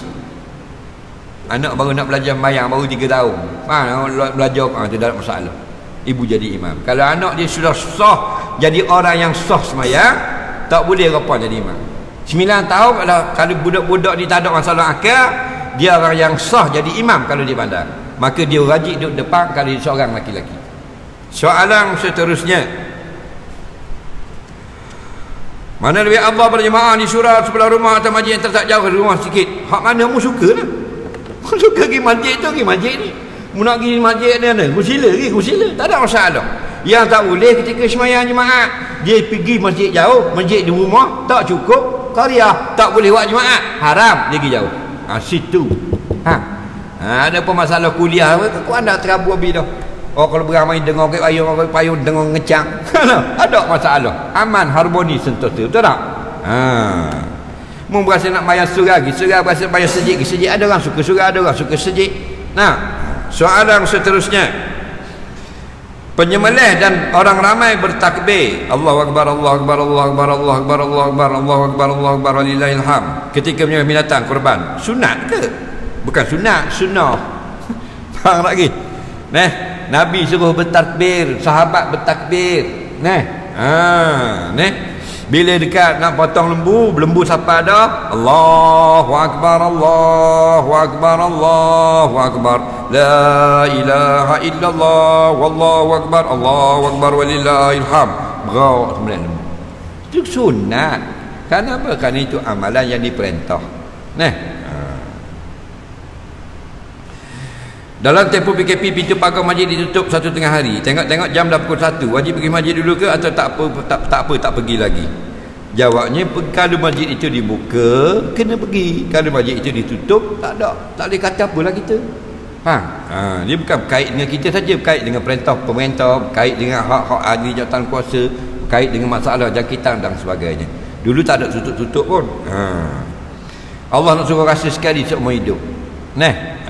Bulan-bulan dari nak kerja. Berkaitan isu pengurusan jenazah pesakit COVID, adakah memadai tayamum tanpa perlu dimandikan? Jawabnya, tengok. Kalau memandikan memberbahayakan tukang mandi, wala tulqu bi aidikum ila tahlukah. Jangan kamu pula sengaja merosakkan diri kamu. Nak pegang kat dia biar berjangkit, tak boleh. Maka bila uzur daripada dimandikan, fatayammamu, boleh dengan tayamum. Islam itu mudah, bukan buat-buat mudah. Sampai masa boleh. Saja-saja je boleh nak mandi. Biar tayamum kali. Toki bahasa dia rajin tayamum masa hidup. Dah sah. Tak ada masalah. Ini ada masalah. Masalah disease. Di sini benda penyakit yang berbahaya. Soalan seterusnya. Bila membuat swab test, adakah membatalkan puasa? Kalau masuk dalam hidung sampai kepada belakang hidung, ada lagi ulama mengatakan tak batal. Boleh taklid kaul itu. Sampai ke dalam otak tu batal. Takkan jolok pada otak. Nah, dia dengan cecair masuk ke dalam otak tu. Jadi kalau setakat lebih pada hidung, ada lagi pandangan mengatakan tidak batal. Soalan seterusnya, apakah hukum ini bank-bank atau Baitul Mal menaja binatang korban? Kalau boleh, bagaimanakah caranya? Baik, bank bagi lembu korban suruh sembelih pada masjid, sah atau tidak? Contoh. Baik, nak korban siapa tuan lembu? Kena tahu tuan lembu ada tak? Tuan lembu bank tak sah. Faham lagi? Dia kena orang, bank tak boleh jadi tuan lembu. Kena orang tu. Jadi caranya seorang kena jadi tuan lembu bank. Nak mudahnya pihak bank buat mari lembu ke orang kampung, hadiah kepada 7 orang. Berapa orang nak terima, nak terima bank nak beri seekor lembu, faham? 7 orang ni terima seekor lembu, faham? Lalu 7 orang ni pun sembelih lembu, jadi lembu masing-masing dah. Faham tak lagi? Baru sah. Ni lembu ada tuan dah ada lembu bank. Dah sah ke tak? Dah sah. Dah orang apa tukang melih dah lembu dia. Lembu bank. Bank dah jadi korban jadi sembelih sedekah lah, faham lagi? Korban tu sunat, belajar bab korban wajib. Tak jadi ikut sih, tidak jadi wasi. Nah, ni lembu YBW ni. Tak ada lembu YBW ni nak kebang kira mana? YB kebang ke kita kebang? Oh, kita kebang, dah kita kebang. Kita boleh bila lembu YB kita ke mana? Kalau tahu memang kata ngebang. Sudah kerja dah lah. Banyak ada gitu. Hanya bahagian bang dah ke YB wadah tak tahu kabar mana-mana lembu saya wakilkan pihak penduduk pihak masjid untuk buat korban agih-agihkan baru betul lembu dia rupanya dia korban, faham? Bukan nak marah tapi kita nak tahu ada mau lembu YB. YB yang berbong nah bukan kita nak marah. Lama-lama tak tahu mana tuan. Dah siapa tua korban? Siapa yang niat korban? Dia orang hari atas kita meleh ke mana? Duk main gitu. Lapor tengok lembu. Nah, bukan lepas tu ulama bicara panjang bab korban, bab niat aja bergelar-gelar muka surat.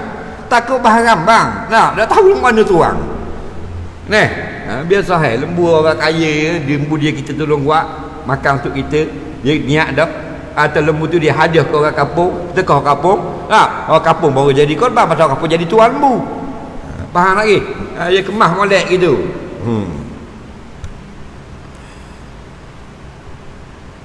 Ayah saya belum akikah saya dulu kerana tidak mampu. Kini saya balik kemampuan. Sekarang ayah saya senanglah sikit. Apakah ayah saya masih boleh buat akikah untuk saya? Mana lebih baik? Saya akikah diri saya belum akikah atau saya buat ibadah korban? Dengar baik-baik. Akikah ini ijma' ulama' untuk kanak-kanak yang belum balik. Faham lagi? Bila ada kanak-kanak lahir, disunatkan atas wali, atas bapak penjaga, pemelihara kanak-kanak itu buat korban. Bukan sunat atas kanak-kanak. Faham? Kita dapat anak, sunat kekah tu atas kita. Kekah kan anak kita. Tapi bila anak ni sudah balik, khilaf ulama. Sebagian ulama kata dah kekah. Sebagian mazhab pandangan dia. Mazhab kita Syafi'i ada lagi akikah, tapi tuntutan atas tuan punya badan, tidak lagi atas ibu bapa. Faham lagi? Jadi bila ada orang lain pada tuan badan nak akikah kan boleh, kena minta izin kita. Okey? Kita rapat sangat dengan jiran kita nak akikah bini dia seorang. Tak boleh. Bini orang kerja dengan kita, jadi staf kita nak bayar fitrah dia. Tak sah, kena minta izin suami dia. Suami dia wajib bayar kan? Faham lagi? Jadi kena minta izin. Jadi dalam masalah ini, kalau awak nak abda korban, kalau awak sudah balik, kata setengah ulama. Bolehkah solat ditinggal semasa musafir di qada cara qasar setelah selesai musafir? Berhenti waktu zuhur dan asar tinggalkan kerana tak sempat mandi. Baik. Dia gini, masalah qada, kalau kita tinggal dalam musafir, kita qada dalam musafir boleh jamak qasar. Tapi kalau kita tinggal dalam musafir, kita teringat dalam kampung, maka tak boleh qasar. Qadanya dengan keadaan macam mukim, 4 rakaat. Okey. Contoh, kita pergi Kuala Lumpur kemarin, dak ingat maya lohor punya. Contoh, atau semalam di hotel di Kuala Lumpur dak ingat, belum balik dak ingat maya Isya. Siapa kira ayah ni? Allah dak ingat maya Isya malam KL. Kita tinggal dalam musafir. Kita kena qada semalam di Bukit Bayung kampung kita. Wajib qada, tapi dak lewat 2. Kena buat 4. Tapi kalau kita teringat di Bukit Bayung ni, kita dah musafir lagi, kita nak balik Kelantan, singgah Bukit Bayung je. Teringat semalam di KL dak mayang Isya, kita di Bukit Bayung singgah kejap rumah ketuk tua, boleh qasar. Hak qada semalam. Faham lagi? Soalan seterusnya, puasa Ramadan hingga semati ketika sakit, anak-anak wajib ganti atau memada bayar fidyah? Dengar baik-baik. Kalau ayah kita tak puasa, mak kita tak puasa kerana sakit, anak-anak tak wajib ganti. Pegang dulu. Anak tak wajib qada. Yang pertama, fidyah. Bayar fidyah. Fidyah duit apa? Duit si mati. Ayah kita mati, ada tinggal puasa sehari contoh, Ramadan baru ni sebelum mati. Ayah kita mati, wajib ambil duit ayah kita, bayar fidyah. Katakan fidyah 1 hari 10 riyal, wajib ambil 10 riyal bayar fidyah. Tak ada sesen ayah, tinggal aja selas pinggang tu yang harta dia. Contoh, tak ada harta, maka anak-anak sunat, bukan wajib, sunat bayarkan untuk ayah atau qadakan dengan puasa qada. Faham lagi? Soalan seterusnya,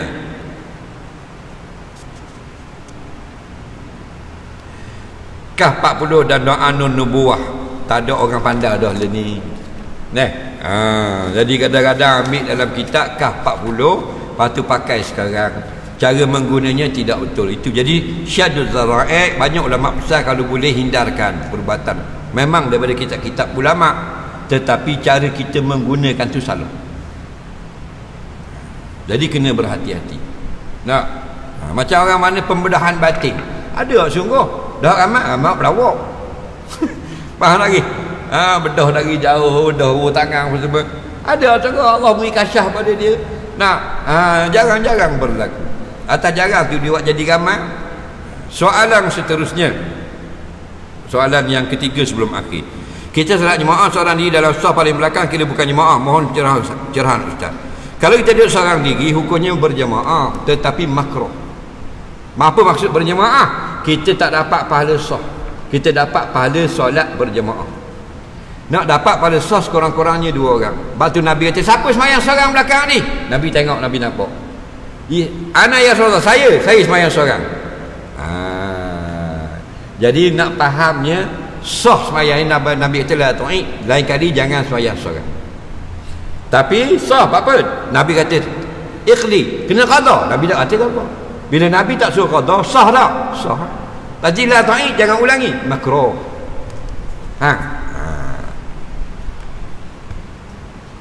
Perlu tak baca bismillah masa tayat akhir? Mari dua ni pulak ni, tak perlu baca bismillah. Tak apalah, dia tak tahu, mari tanya. Tak perlu baca bismillah. Bismillah kita kena baca Fatihah ataupun pada surah yang ada bismillah di hadapan.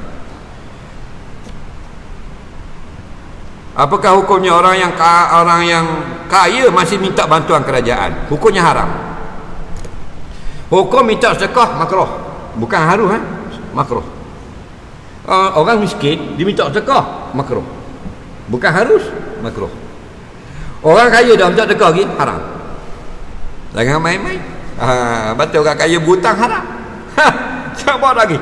Orang kaya dah dia berhutang, nak kaya lagi. Haram bagi dia, kerana perbuatan itu menyeksa diri dia. Dia kaya dah. Maksudnya berhutang haram bukan berhutang berniaga.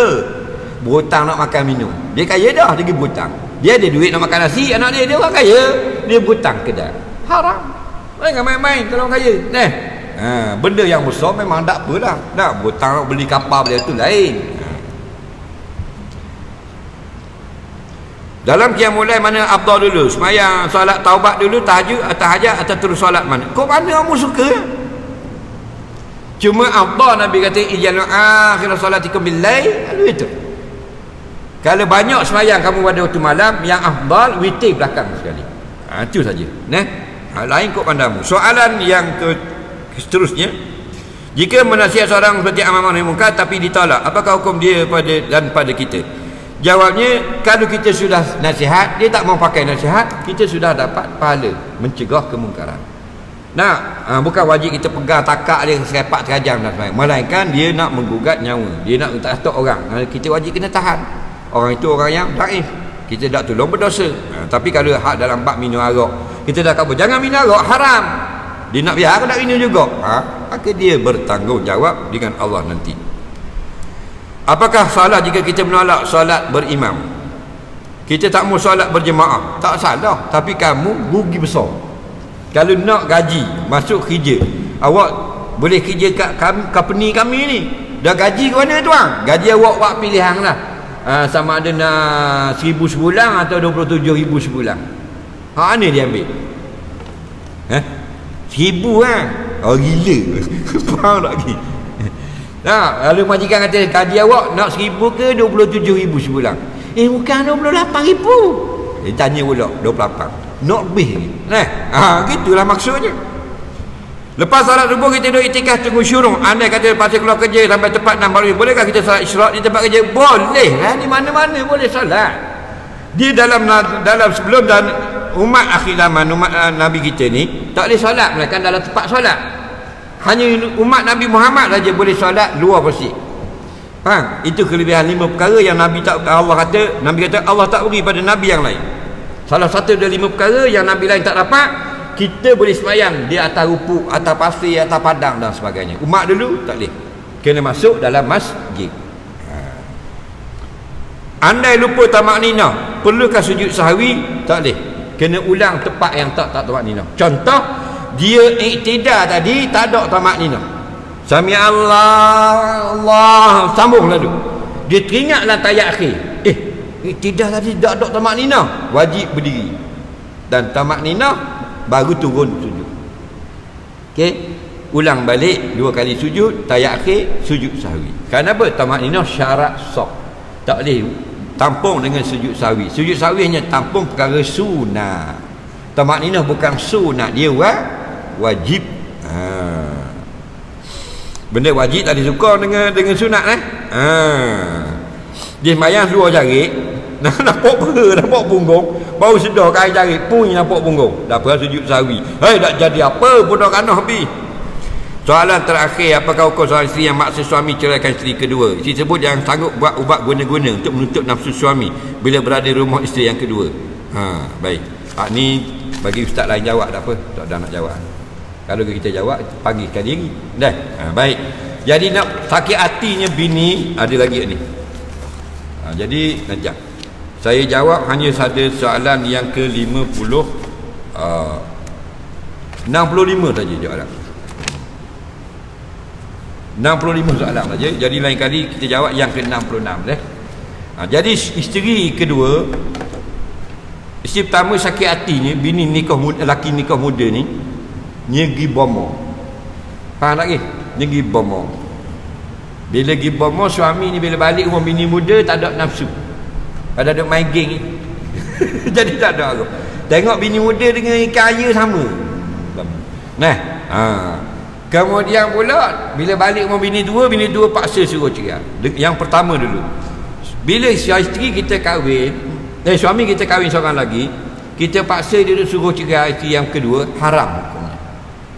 Itu bukan hak kita. Hak kita belebel je. Nikah juga, orang kata jangan nikah juga. Ada nikah juga. Tu hak kita, tak apa. Faham tak? Tapi bila orang sudah ada akad, kita pergi paksa suruh cerai, maka kita suruh orang putus rumah tangga. Tak boleh. Bila kita tak suruh lelaki kita nikah, dia nikah juga, kita kena redha. Hati tak suka kena bersabar. Mungkin kita ada buat silap dulu, Allah nak uji aku, Allah nak kafarah aku, Allah nak aku mati bila-bila, cash, tak ada dosa dah, Allah bayar di dalam dunia dengan dapat madu. Kena banyak benda yang positif lagu tu. Ni tak jumpa Tok Bomo. Kalau jenis Tok Bomo, jenis khenat-khenat orang, mugi saja pun semayang tak pakai dah 40 hari. Man atakahinan lam tuqbal salatuhu arba'ina yawma. saya pergi pada Tok Bomo jahat pelik-pelik lagu ni, gi saja 40 hari tidak tak terima sembahyang, gi saja, tak percaya. Wa in saddaqahu, dah kalau dia pergi percaya pula, faqad kafara bima unzila ala Muhammad SAW, dia pergi percaya dah ke Tok Bomo tu, dia sudah kafir dengan Quran. Jadi bila dia pergi kat Tok Bomo kata ke mana? Tak ginilah orang dia nikah seorang lagi tok laki ambo ni nak jadi dak rok balik rumah ni, jadi dak rok, jadi dak teringat. Nak jadi tak ada nafsu. Tok Bomo kata tak apalah, kita buat gini. Dalam masa seminggu dia akan jadi. Baik. Mu buat beginilah balik, adillah pula. Nah, mu buat ke laki mu gini, mu beri makan benda ni, mu tulis benda ni, kau andahlah bawah patah tidur ke apa. Hari yang ke-7 jadi. Hari pertama dia buat lelaki, dicaya tak kena Umar tu? Tak lagi. Tak jadi lagi. Laki dia nak balik lagi rumah bini muda. Bila balik pula tahu rumah dia mandi junuk lah, mandi sini. Faham lagi? Faham tak? Hari kedua dia tak percaya lagi. Hari ke-7 laki dia tak berbalik dah rumah tu. Tak balik rumah bang. Rasa malah aku nak balik rumah tu. Dia mari percaya tak? Yakin tak? Hari tu je jadi kafir. Dia yakin dah dengan hukum. Belum ni baru dia buat baru. Macam orang dia Tok Umar kata hari ketiga dia batuk berdarah, macam nak kena orang. Hari ketiga membuat ni, hari ketiga memang mendengar batuk berdarah, buat pergi hospital. Jadi hari pertama lah tak batuk, tak percaya lagi. Tunggu tu. Hari kedua tak batuk, tunggu tu. Hari ketiga batuk darah. Apa ayah? Dia buat orang tanya. Batuk darah. Percaya tak? Tok Umar kata. Wa in saddaqahu, pada hari dia percaya itu, faqad kafara, jadi kafir. Masalah main lagu ni. Masalah. Jadi harap-harap kena bersabar, jangan sampai kita diperdayakan oleh iblis. Wallahu a'lam. Mudah-mudahan diberkati, mudah-mudahan dirahmati pada yang memberi sumbangan. Allah saja yang mampu pada sumbangan, tuan-tuan dan puan. Allahumma anfa'na bima 'allamtana, allimna bima yanfa'una, rabbana zidna 'ilma, rabbana atina fid dunya hasanah fil akhirati hasanah wa qina adzabannar. Sallallahu sayyidina Muhammadin wa ala alihi wa sahbihi wasallam. Walhamdulillahirabbil alamin. Assalamualaikum warahmatullahi wabarakatuh.